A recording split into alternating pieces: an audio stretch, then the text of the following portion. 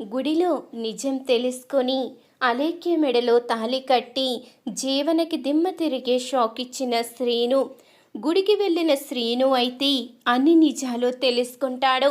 ఇక ఆనందికి నిజం చెప్పినట్టు ఆనంది ఆదిత్యను నిలదీసినట్టు, ఆదిత్య అలేఖ్యనే పెళ్లి చేసుకుంటాను, నేను తనని ప్రేమించాను కాబట్టి తనని పెళ్లి చేసుకోవడమే న్యాయం అని ఆదిత్య చెప్పినట్టు, ఆనంది తను బ్రతుకుండడం వేస్ట్ అని చనిపోవాలని నిర్ణయించుకున్నట్టు ఇవన్నీ కూడా శ్రీను అయితే గుడిలో ఉండే ఊహించుకుంటాడు. లేదు, నేను గనక నిజం అమ్మాడికి చెప్తే తర్వాత పరిణామం ఇలాగే ఉంటుంది. అమ్మాడి గనక ఆదిత్య బాబు వద్దు అని చెప్తే గనక ఎట్టి పరిస్థితుల్లో ప్రాణాలతో ఉండదు. నా అమ్మాడిని నేనే కాపాడుకోవాలి. ఈ విషయం అమ్మాడికి తెలిసే ముందే నేను ఏదోటి నిర్ణయం తీసుకోవాలి.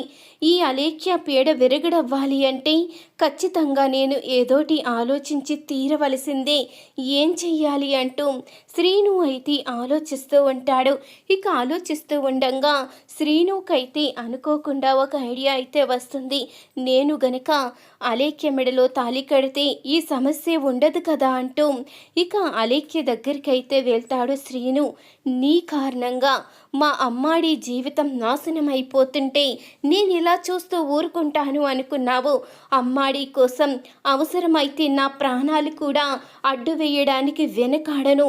నువ్వు తన జీవితంలోకి వెళ్ళకూడదు అంటే నువ్వు శాశ్వతంగా ఆదిత్య బాబుకి దూరం అవ్వాలి.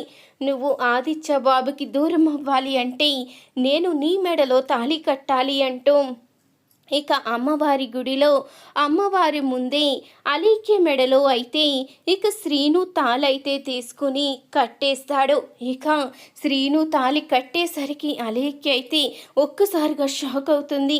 ఏం చేసావు శ్రీను అంటూ అనంగానే, నువ్వు చేసిన తప్పుకి ఇదే నీకు సరైన శిక్ష.